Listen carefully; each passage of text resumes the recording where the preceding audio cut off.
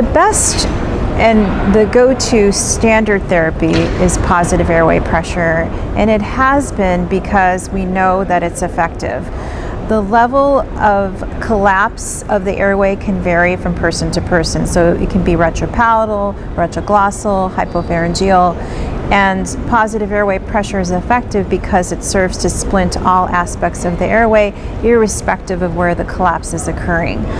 Upper airway surgery, primarily to remove the soft palate in the uvula, the outcomes with it are just not very good. It's a 50-50 chance as to whether that type of surgery will be effective. Oral appliances are another option for mild obstructive sleep apnea and positional sleep apnea. The effect of oral appliance is not as great as CPAP, but some data suggests that the compliance with the oral appliances is greater than what you see with positive airway pressure. So the actual treatment effect may be somewhat similar between the two. But for moderate, severe obstructive sleep apnea, the oral appliances really are not going to be effective. It's really reserved for mild sleep apnea. So upper airway neurostimulation really does provide a new way, an alternative to the treatment of obstructive sleep apnea, particularly in those who are unable to tolerate or are recalcitrant to positive airway pressure. There are data going back to 2002 from an epidemiologic study, the Sleep Heart Health Study, involving about 6,000 participants.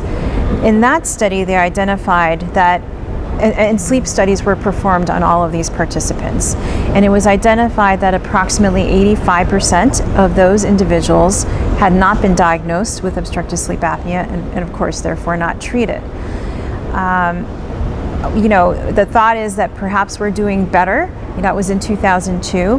However, there's recent results published in 2015 from the multi-ethnic study of atherosclerosis, which is a cohort involving fairly equal amounts of Caucasians, African Americans, Latinos, and Asians.